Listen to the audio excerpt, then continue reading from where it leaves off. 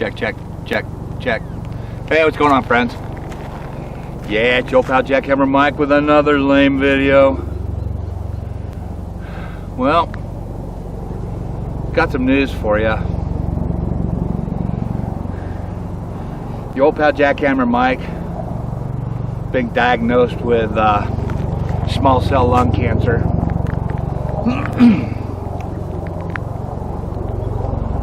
So my time here is nearly done.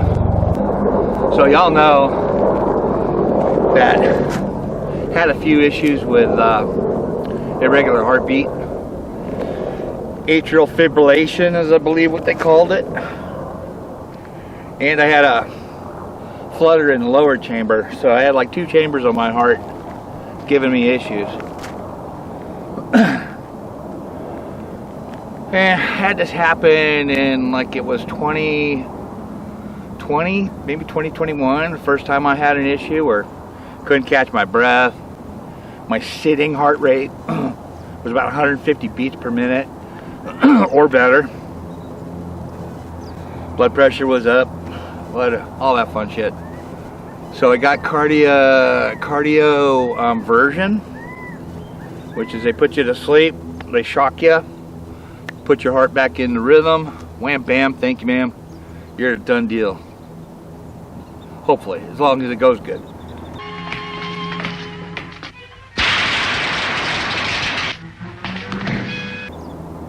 It went well, got taken care of, no issues. Stopped taking my meds because I felt good. That's not what you're supposed to do. Keep taking your meds, boys. Keep taking your meds. Oh, you should be coming on pretty soon, dude. How much do you smoke? This will be a little demonstration of that. Listen up. That was my skull. I'm so wasted. Anyway, back a little sore. Hey, does this shirt ever go out of style?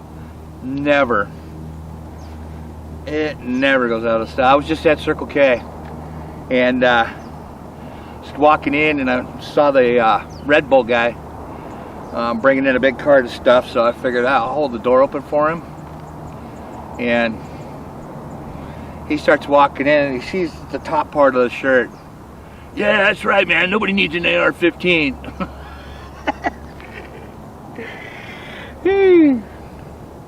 I say, hey, you gotta look at the bottom part of it. Nobody needs a whiny little bitch either, yet here they are. That was funny. He didn't get it. Anyway, your shirt never goes out of style, boys.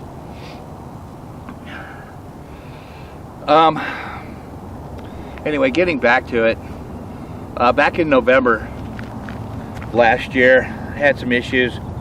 Started having the AFib again, shortness of breath, and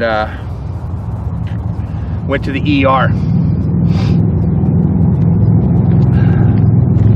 They did cardioversion again,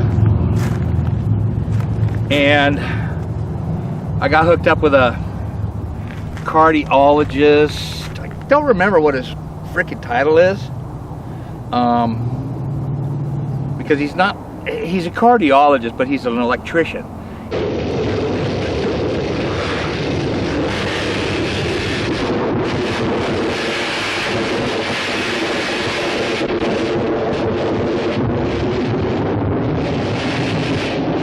He's the dude that gets your heart back into a regular rhythm by short-circuiting parts of it. So, you know, he's kind of the electrician, and he got me set up for what they call cardioversion, or I'm sorry, ablation. And what that is that I go in here into an artery in your leg, go up into your heart with it's just a small little catheter, and they zap the inside of the heart wall and those nerve endings that they zap, that puts it into, you know, they can put that into a rhythm again by zapping that.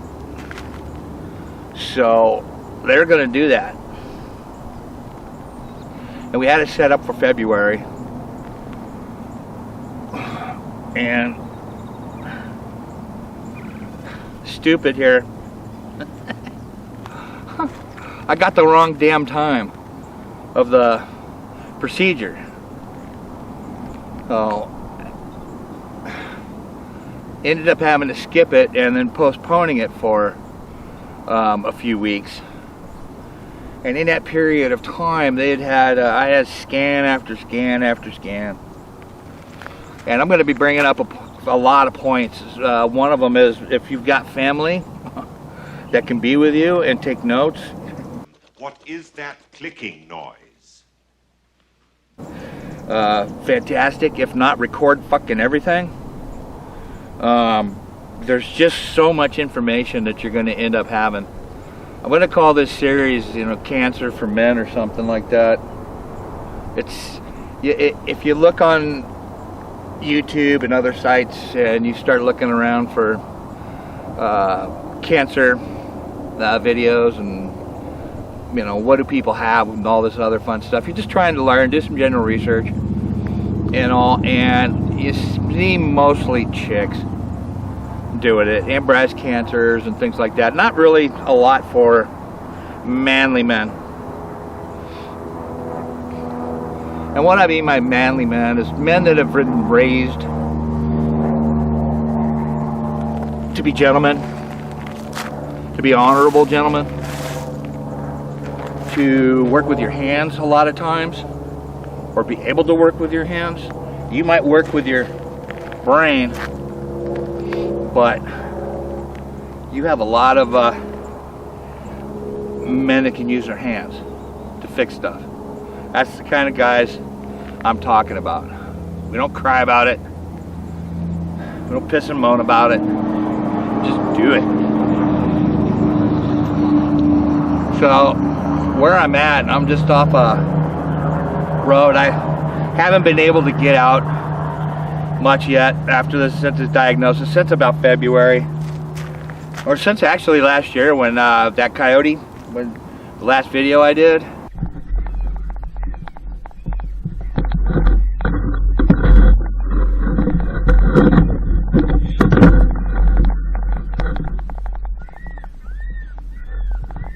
Woo! Woo! Woo!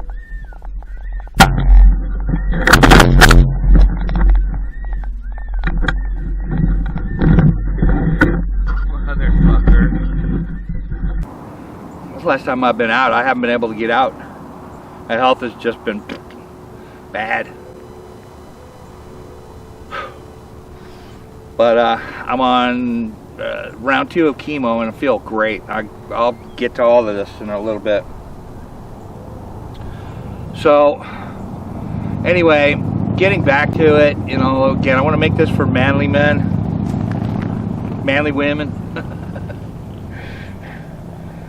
This is just going to be people that like to do it themselves, like to take care of their own shit. And I'm not going to sit and cry about it. But, you know, this is going to be from my experience, my challenges, which I haven't had a ton. I got to tell you, this hasn't been too bad.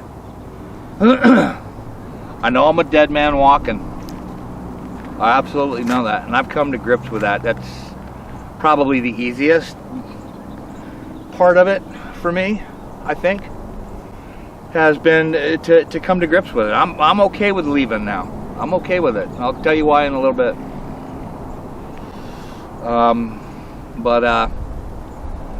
And I'm going to tell you why it's going to be very, very hard at the end that I've got to figure out. That's probably going to be the hardest part of this whole thing, is when the end comes, or very close to it. You know, a week, 2 weeks, month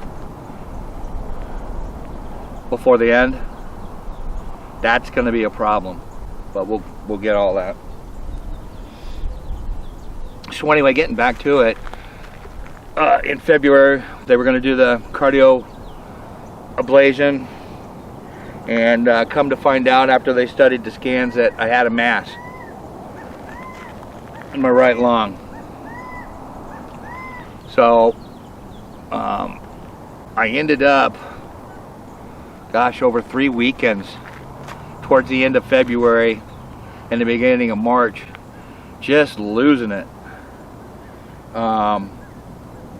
My breathing sucked, my heart rate sucked.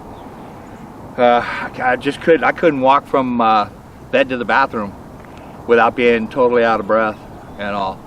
And I went to the emergency ER a couple of times.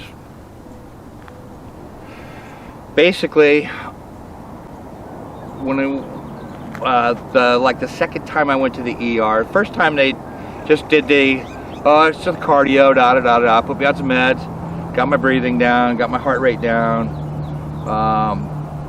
The next weekend, I had to go back a couple days later because it was just, it was fucked up. So, anyway, I get a oncologist come in and basically just sat down and talked to me and told me that I had small cell lung cancer. I had a mass right here around the artery. There's an artery in here, a couple of arteries, and the mass is pushing on it, putting pressure on it, that's what was causing me the shortness of breath, circulation being bad, or the heart rate and all this other fun shit. So that's when I found out, basically towards the end of February.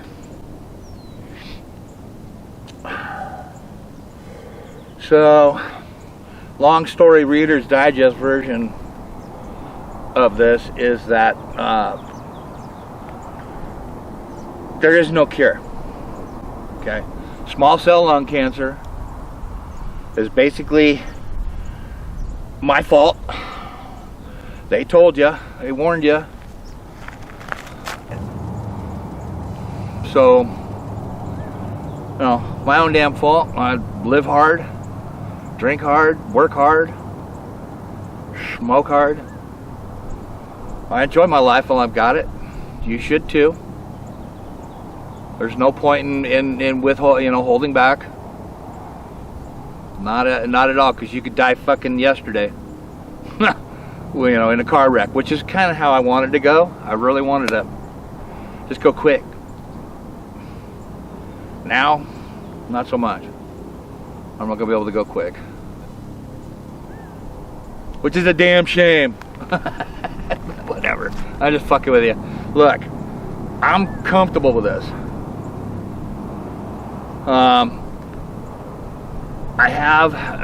I think one of the most important things that I have to say about this whole thing for men is that if you've got some family, especially the ones that when you tell them, I don't need you at the op, it's not that big of a deal. I'll be okay at this appointment. It's just a CAT scan, or it's just a biopsy. It's just this, it's just that. And they insist on coming anyway. Where they're going, whether you want them there or not, they're going. Take it. Ask them to go if they can. I would, and I've told my kid, my daughter, my lovely, beautiful daughter, and my ex-wife, because those two are the ones really looking out for me. And I can't thank you guys enough. They're just the biggest angels in the world. Yes, as my ex-wife, the daughter or the mother of all three of my children. We're very good friends. We get along great, and she has just been a fucking angel on this. Thank you, Peg. Anyway, if you can get them to go to some doctors off, the doctors visits, cool. If not, record everything just so you have it as a reference.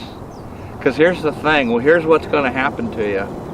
You're going to get this scan, you're going to get an MRI, you're going to get PET scan, you're going to get this, you're going to get blood here, you're going to have to go there, you got to go over here to do this, and then you're going to go see this guy. So now I'm seeing an oncologist, a cardiologist, endocrinologist, or something that deals with diabetes.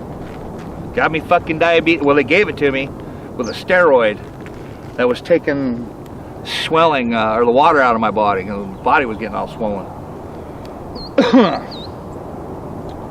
And that in turn gave me diabetes. Once I was off that steroid, diabetes is gone, blood sugars are back to normal, and I monitor it just to make sure. But fuck, on top of cancer, you gotta fucking jab yourself all the time now? Fuck that. That was fucked up. No way. I told the guy, I'm sorry, you just put me on the pill, because I was kind of borderline anyway. Depending on the time of day and depending on what I'm eating. Now I have to watch what I eat, but depending on what I'm eating, my blood sugar was up there. And giving myself those shots, fuck that, in the stomach, on the thighs, poking yourself 3 or 4 times a day with that, not to mention the fucking finger pokes all the time. And asked the doctor, hey, what do I have, doctor? And it's like, well, is it type 2? And he's like, yeah, it's type 2 diabetes, but you're borderline. I'm like, okay, cool, give me the pill, because I'm not doing this. Sorry, I'm not doing it. So I can control it with diet, which I need it anyway, because I've got to eat better if I'm going to last a little while. I got to take care of myself.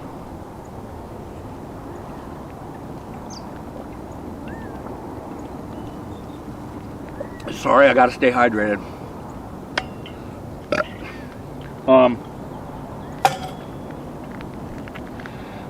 That'll be a video for another day. I'm gonna make a couple of videos here, but I just wanted to let you guys know that your old pal Jackhammer Mike is on his way out.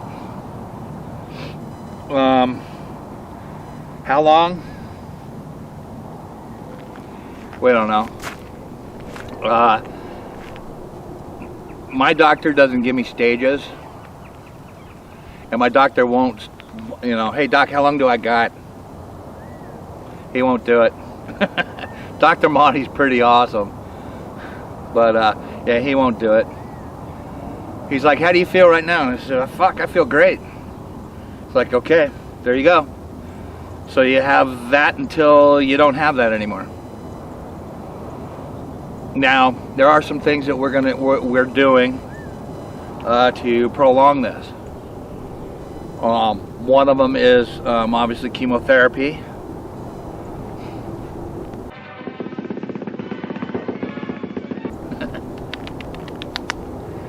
Chemotherapy. There'll be some there was immunotherapy. I started this. That's my second bout. So while I was in the hospital, had 3 days worth of chemo, 3 treatments there, waited 3 weeks, and that's when all hell broke loose as far as I started losing all my hair and shit. I thought, man, I'm gonna skate through this, man. Nothing's going on, no nausea, no being sick, no nothing. And towards week 3, that's when the hair started coming out in pretty good clumps. So it's like, fuck it, just shave it. I'll do a Walter White. Say my name.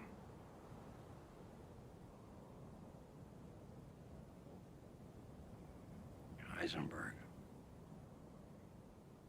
You're goddamn right. A Heisenberg. Anyway, last week I finished up my second round. 3 days, there was 3 treatments of chemotherapy and 1 immunotherapy, which spurs the immune system to fight this, which is fantastic to me. I love that idea. Hey, I didn't know they could do that, but yeah, it's like, hey, get your immune system up and running too, because basically the chemo kills everything. That's why you get sick. That's why you fucking lose your hair. That's why you feel like shit. You're tired. Everything else. And that's when that's chemotherapy for you. Apparently you have to watch fevers.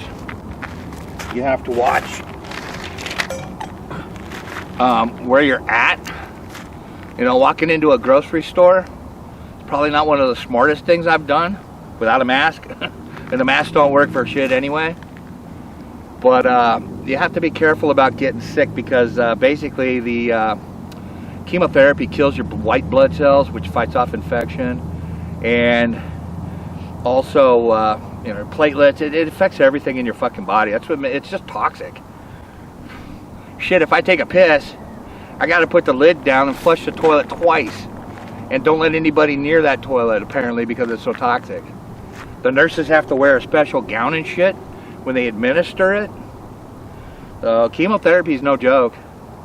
It's toxic. But what that does is basically shrink that down. So I'll be in for a CAT scan in a week or two, and we'll see what the progress is. Basically, I'm kind of like halfway through things. I'll have 2 more sessions, basically 6 treatments of chemotherapy and more immunotherapy. Once that's done, because small cell lung cancer is very kind of aggressive, and it likes to go up to your brain. We've already done scans on that, got a treatment on it, I believe, and you know, we're all good there. But they do a radiation treatment on it to prevent the chemo from going up in there, or the cancer, or at least to postpone it. We're not curing this, boys and girls. Don't feel bad for me either. I'm telling you, don't feel bad. I'm not wanting that at all. Again, when it's your time to go, you want to hope that your life is fairly complete. There's some things I got to do. There's a bucket list going on here. A couple things I want to see. All Arizona stuff. It's nothing extravagant. I just want to spend some more time hunting for a while. Getting out in the sticks as much as I can. But, you know, we're just going to make the best of it while we've got the time. So we're going to eat better, try to take care of ourselves a little bit better, try to prolong this, and after they do the head radiation, that's it. You know, we keep monitoring things, see how it goes.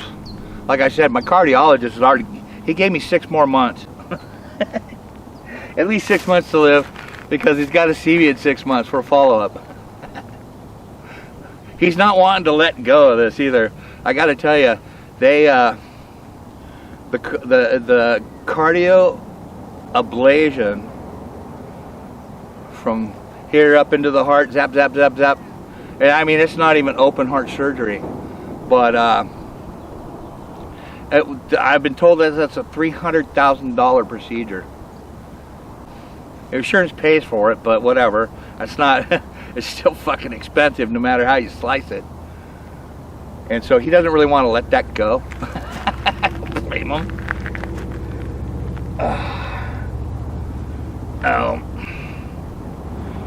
Anyway, we'll be back, and we're being monitored, we're being watched, taking the meds, and everything's good, feel good, and all that fun stuff. Hopefully this, I'll have to make this a couple of part video. Again, I want to get out and do a little bit more hunting, a lot more hunting before I go. Okay, so let's get back to the radiation for the head.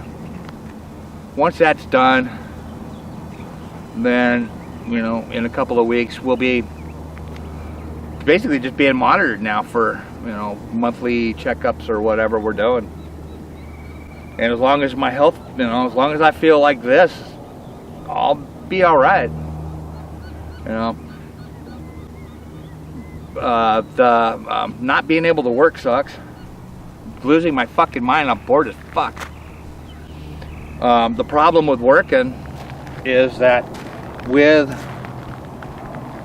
the shortness of breath, the fatigue, and other things that I was supposed to be feeling, made me very, very unreliable. You know, I'd go into ER on a fucking Friday, didn't come out until Tuesday. Went in on a Monday, come out, you know, blah blah blah. It's like work could not depend on me at all. I just couldn't do it to them either. It's not fair. You know, I love my company. I love the guys I work with. They're my family. They've been taking care of me. You know, they're looking out for me anyway, and I love them. So it's not fair to work or not be reliable. So now that I've got a couple of things of chemo under my belt, I haven't been sick, no nausea, lost my hair, but quite honestly, because I can breathe better, my heart rate's better, I have a lot more energy than I did before I started all this horse shit. My oncologist said that was probably going to happen once the mass shrunk. He said it was going to do it instantly, and it really did. It really got the first chemotherapy. It really helped. Yeah, I'll go into that in another video. But yeah, it helped a lot. So, you know, I got more energy, no nausea, blah blah blah. Lost my hair, big deal. Where I had anyway, and I'm feeling really good, guys. Quite honestly, I'm feeling really good.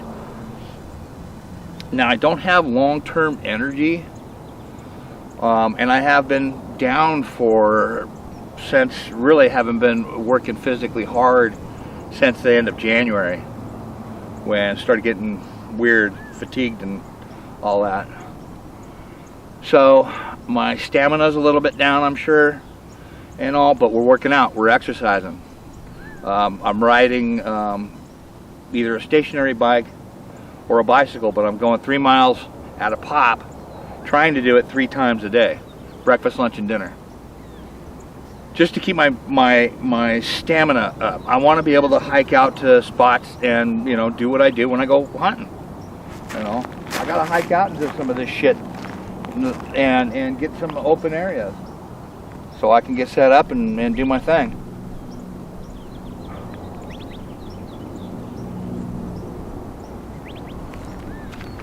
So,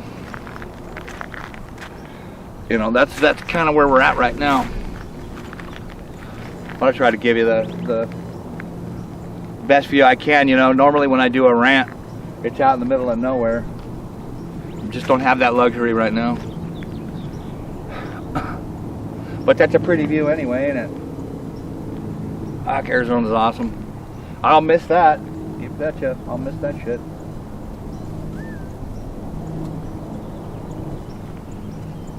Anyway, that's pretty much it. The prognosis is that I can live with this as long as I can live with it. I'll be as healthy and good to go as I can be for as long as I can be. Months, years, a few maybe. Won't be more than a couple, if that, you know, at least from all of the research I've been seeing. Regardless of how well chemo and everything works, again, there's no cure for it, so it is not going away. Maybe we can keep it in check for a while. My doctor's pretty optimistic, and quite honestly, his income depends on it. You know, the longer he can keep me alive, the more money he can make off of me. So I think that's a win-win. You know, that's kind of how it should be.